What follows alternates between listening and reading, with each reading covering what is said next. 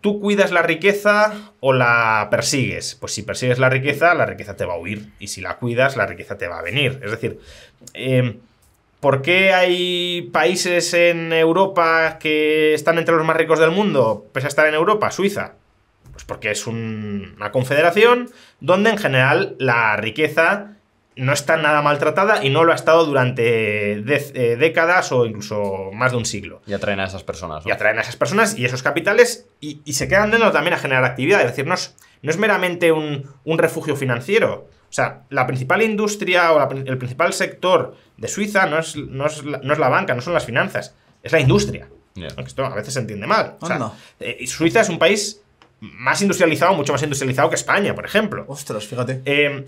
Pero claro, ¿por qué tiene una industria competitiva? Pues porque tienen financiación interna abundante y por tanto esa financiación, en un entorno de bastante libertad económica, al menos relativa, puede financiar esos proyectos empresariales que pueden crecer, que pueden escalar y que por tanto se convierten en industrias sólidas del país, ¿no?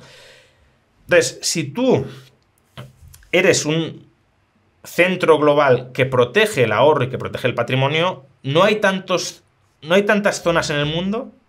O sea, planteaos eso, ¿no? Imagina que tenéis un muy elevado patrimonio. Vale. Y os dicen, tenéis que dejar ese patrimonio en alguna jurisdicción del mundo y en 50 años no lo podéis tocar. ¿Vale? ¿Dónde lo dejaríais y dormiríais tranquilos? Pues no hay tantos sitios en el mundo donde podáis decir, oye, pues yo lo dejo aparcado aquí 50 años y seguro que en 50 años lo voy a recuperar. Claro, bueno, la blockchain depende de cuál también. Bueno, claro, Bitcoin puede ser una solución, que es cómo trascender a la geografía, efectivamente. Pero si es un patrimonio más de inversión financiera, en los activos financieros de qué país invierto y yo me quedo tranquilo, ¿no? Ostras, ¿en cuál? No hay tantos. Uno sería clarísimamente Suiza, que no digo que esté asegurado ni mucho menos, pero claro, si uno mira la trayectoria de los últimos 150 años, pues te ofrece bastante seguridad. Joder. Otro probablemente sería Singapur. Singapur. Sí, hombre, claro, Singapur es la Suiza asiática. Taiwán, por ejemplo, no sería el caso, porque a Taiwán lo puede invadir China en cualquier momento y puede haber ahí un pifostio gigantesco. ¿Qué opinas de Andorra? Andorra, pues si hace bien las cosas, podría llegar a serlo. Lo que pasa que yo creo que Andorra no está haciendo un trabajo de comunicación. Es lo que percibo. A lo mejor me estoy equivocando porque no estoy empapado de la política local. Pero percibiéndolo desde fuera, creo que no está haciendo un trabajo de persuasión adecuado de su modelo económico. ¿Por qué? Porque creo que está terminando comprando muchos de los prejuicios que sus enemigos están construyendo sobre ella. Y claro, si la clase política local termina comprando, no, es que sí, somos un paraíso fiscal, no sé qué, tenemos una fiscalidad que no se corresponde con la de nuestro entorno y por eso estamos haciendo dumping al resto de países, ese modelo peligra. Porque los propios que deberían defenderlo están comprando los ataques y por tanto en algún momento puede terminar desapareciendo porque, bueno, pues lo que decíamos antes de, aunque aquí minorías y mayorías, ¿no? Es decir, la minoría te puede terminar influyendo. En este caso, a ver, no es exacta la analogía minoría y mayoría, pero el extranjero que no tiene jurisdicción sobre tu territorio te puede terminar influyendo para que generes cambios internos en tu territorio, ¿no? Y eso yo creo que Andorra no lo está haciendo bien. Es decir, en lugar de explicarse al resto del mundo por qué su modelo es bueno y es legítimo y tiene que durar, como que está comprando la mercancía averiada de los que le dicen que tiene que cambiar ese modelo y sus propias élites políticas creo que se lo están creyendo. Y eso, claro, si me dices, ¿apostarías por Andorra de que a 50 años sigue siendo como es hoy? Probablemente no. Y es una pena. Otra jurisdicción donde sí me fiaría mucho es Liechtenstein, por ejemplo, que es al final una especie de cantón suizo, pero incluso más radical que Suiza, ¿no?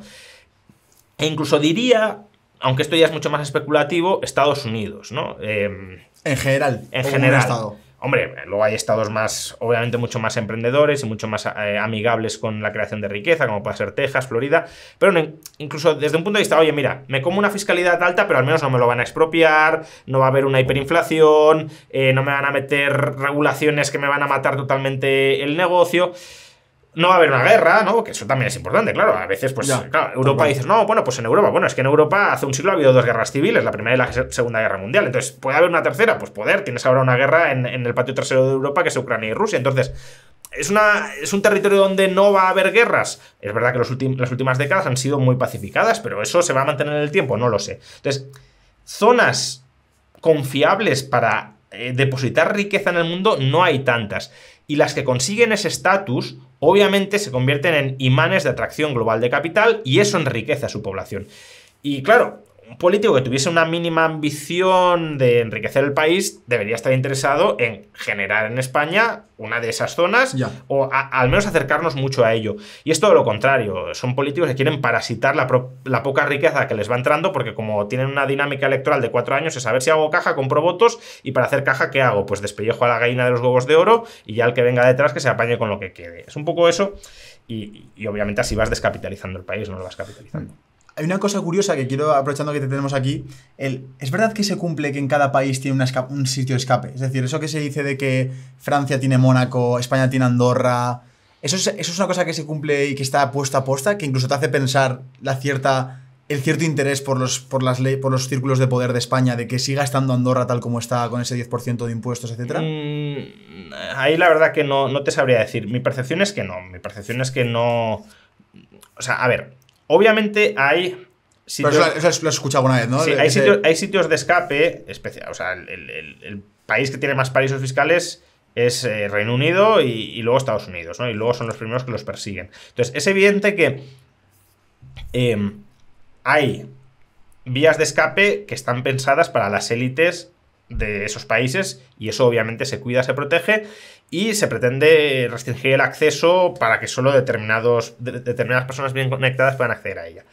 Las vías de escape accesibles al común de los mortales, como puede ser Andorra, en el sentido de, oye, que si te quieres trasladar, te trasladas, no creo que a las élites políticas les convenga en absoluto. Es decir, es un límite, es una limitación muy fuerte a su capacidad, por ejemplo, para subir impuestos a determinados perfiles profesionales, el caso de los youtubers clarísimamente, pero no solo profesionales que puedan ser nómadas digitales. Oye, pues a mí no me vas a meter mucha fiscalidad porque si no me voy. Entonces, claro, eso al político de turno no le gusta nada, porque ¿qué es eso de que haya vías de escape? Claro, no le gusta nada, pero en cierta manera no pueden eliminar a Andorra porque a ellos también les interesa porque tienen parte de sus trapicheos por ahí. No creo que la clase política española tenga su patrimonio en Andorra. Quizá lo tenga en República Dominicana o similares, pero en Andorra ya te digo que no lo tiene. Es verdad que parte de la clase política estadounidense o inglesa sí puede tenerlo a través de sus paraísos fiscales. Por eso digo que puede haber vías de escape que sí estén cuidadas políticamente. Pero el caso de Andorra no es ni mucho menos ese. El caso de Suiza en general tampoco es ese.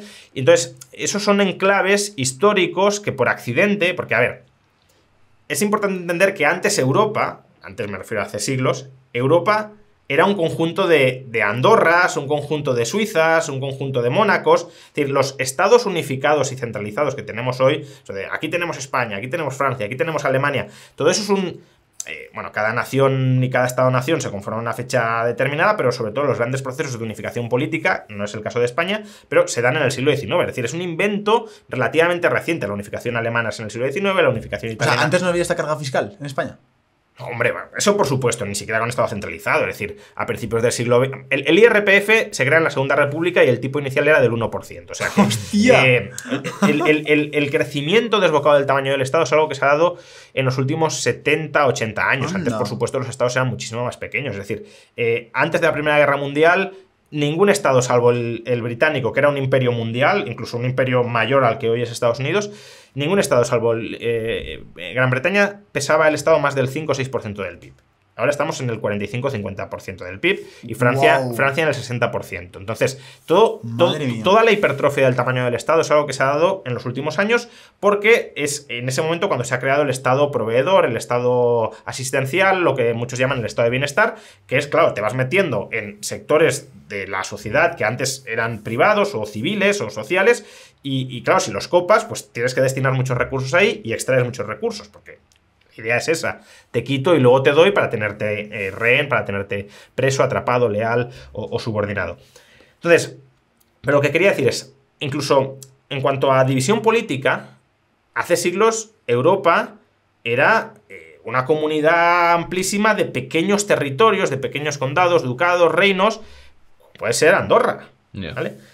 Entonces, esas unidades políticas tan pequeñas desaparecen porque, bueno, pues procesos de invasión y de centralización, entonces vamos unificando, a veces por matrimonios, etcétera, pero muchas veces por simple invasión militar y anexión.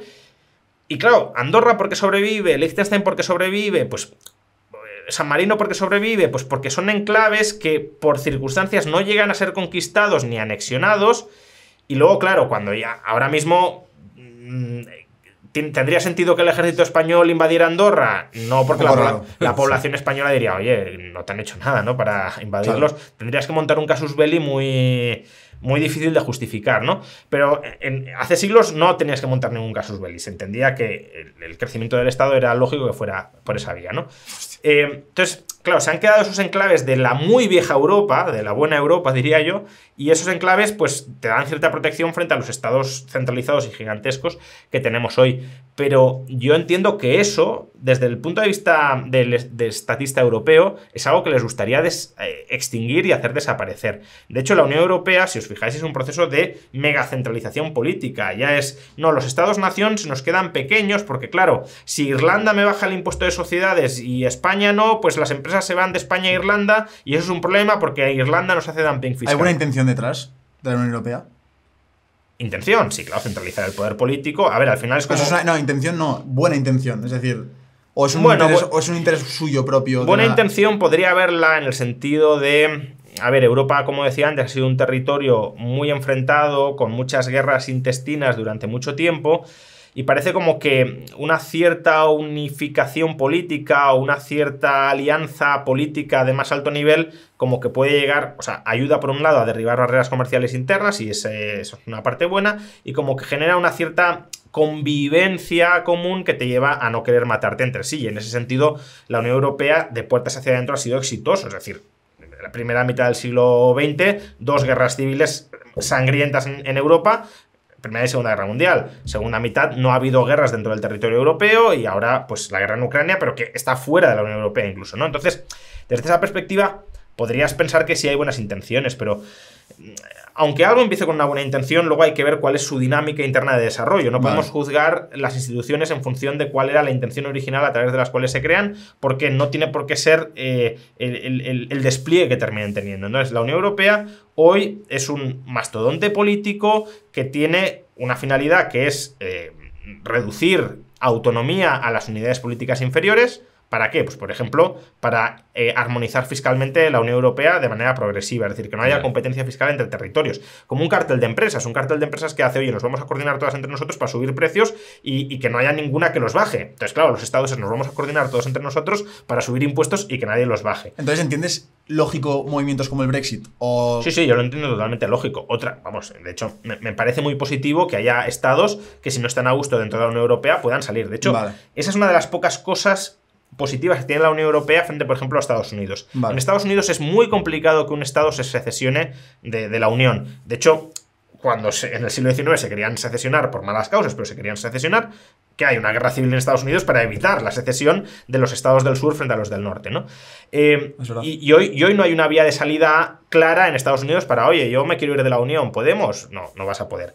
En Europa todavía existen esas vías de salida, es decir, no se ha perdido ese reconocimiento de soberanía a los estados que la conforman, tal como que si Hungría mañana dijera, oye, yo me quiero salir y voy a hacer un referéndum y me salgo, que le digan no eres soberano para salirte, estás subordinado a Bruselas. Eso todavía no ha llegado.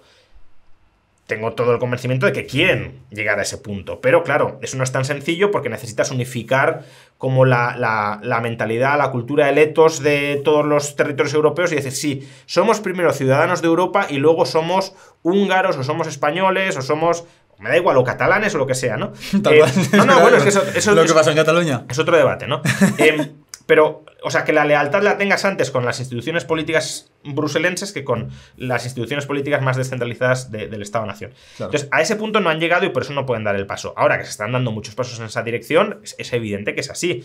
¿Por qué quieren que sea así? Pues ya digo, para coordinar mejor su capacidad de extracción interna y también para tener influencia geopolítica, ¿no? Que esa es otra dinámica que no hemos analizado. Es verdad que para tener voz en el mundo necesitas más masas, necesitas un Estado grande, ¿no?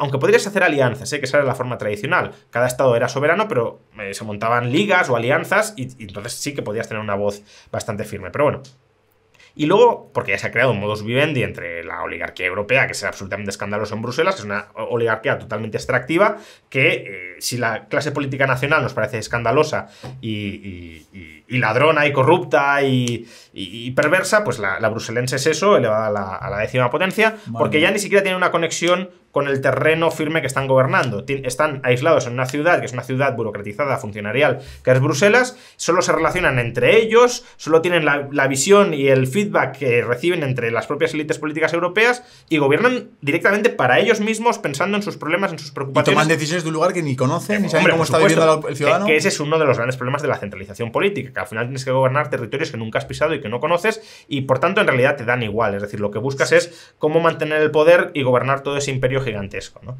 Y bueno, pues esa es ahora mismo la Unión Europea, y el camino por el que estamos avanzando es más de eso, ¿no? Madre mía.